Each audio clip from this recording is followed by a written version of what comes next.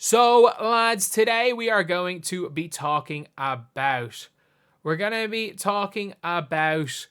the players in the screen right here and who is not there.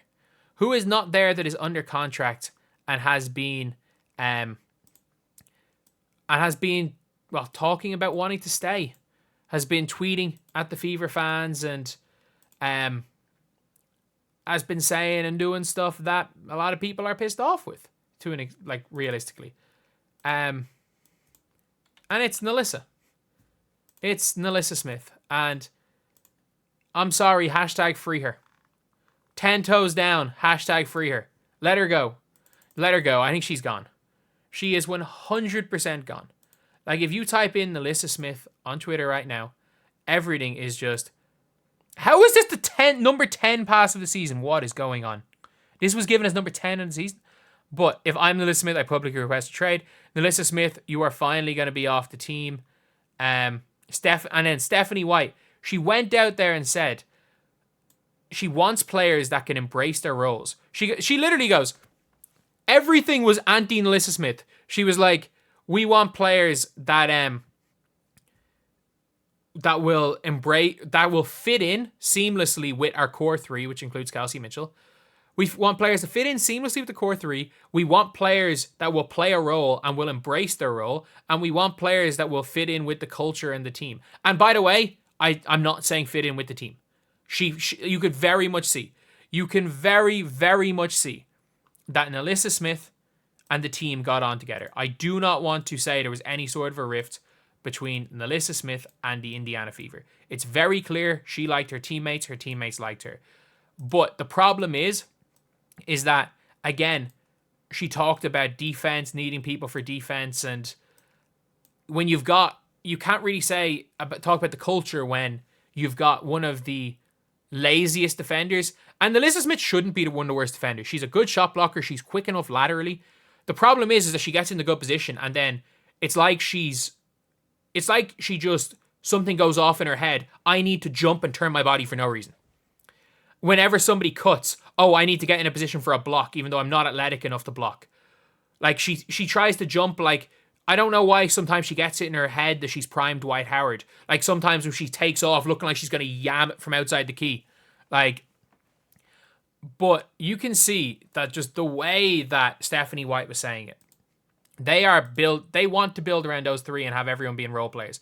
The problem is you can even see with, like, a load of Dejanay's tweets that, like, every time Nalyssa Smith goes on, like, an individual run, even if the team's not playing well, Dejanay tweets something positive about Nalyssa. About, like, it's great when she gets a chance. And then, like, I can't remember what game it was, like, she did well statistically, but the team wasn't playing well when she was cooking. She got taken off. I think they won the game. And I think, if I'm not mistaken, she quote tweeted Dejanay's tweet being like, it was fun while it lasted. And I'm like, man, like, you are statistically the worst player in the WNBA as far as, like, net on/off. I'm pretty sure she was the worst. Like, the team with Temi Fagbenle on the court were like +5 per 100 possessions. Team with Nalyssa Smith on the floor were like -7 or something. She was the least impactful player in the W. And yeah, and you can see obviously with Lexi Hull being there, you might be saying, why was Lexi Hull there, not Nalyssa, when she's under contract? But the reality is that, like, obviously Lexi Hull's in America. She's going to be unrivaled. She's in America. I reckon the three of these will be unrivaled. And you're seeing that where it's like Nalyssa Smith, like, obviously the Fever is back in her bio on everything. She wants to be there. Like, there's no question about it. Nalyssa Smith wants to be there. The problem is that I think all those bridges might have been burnt. And as I've always said, I don't think it's all Nalyssa Smith's fault. Like, I don't think it's her fault. I think she's 100% not a bad person. Like, I don't understand some of the personal shots at her. But the problem is that a lot of the team kept some stuff. They kept everything like quiet. And like Nalyssa Smith, at the end of the season, she was like, "Oh, thankfully the season's over, so I can now talk about this." So she stayed as quiet as she could because the team didn't want to let anything in. And obviously the team sees stuff. The problem is that her boyfriend, or not her boyfriend, sorry, her girlfriend and her brother caused a lot of drama on social media.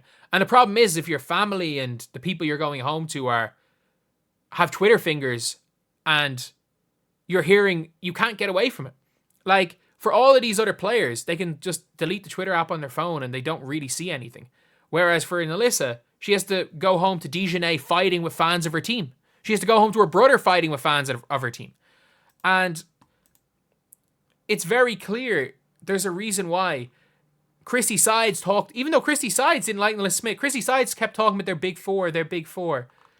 But it does seem like it's going to happen. Nalyssa Smith is going to be freed. And I think Nalyssa Smith is going to have a decent season.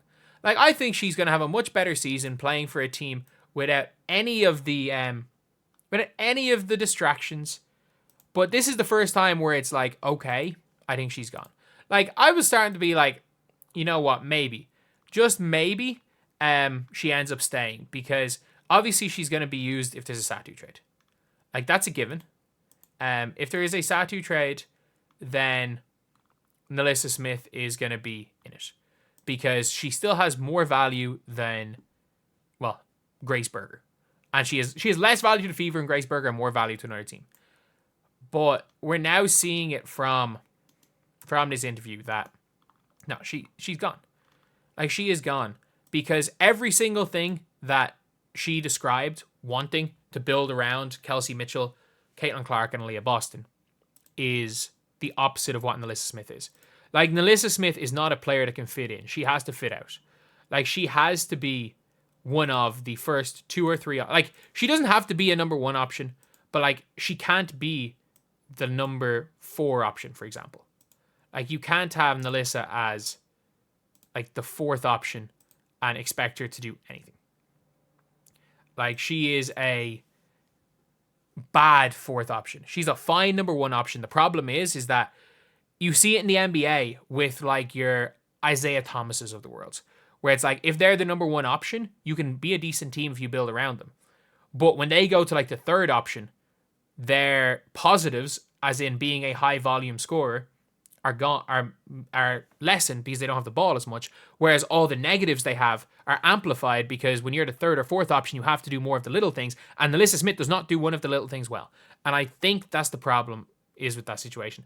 I don't think Stephanie White is going to try to mold a player. She talked about building around and finding players that fit in.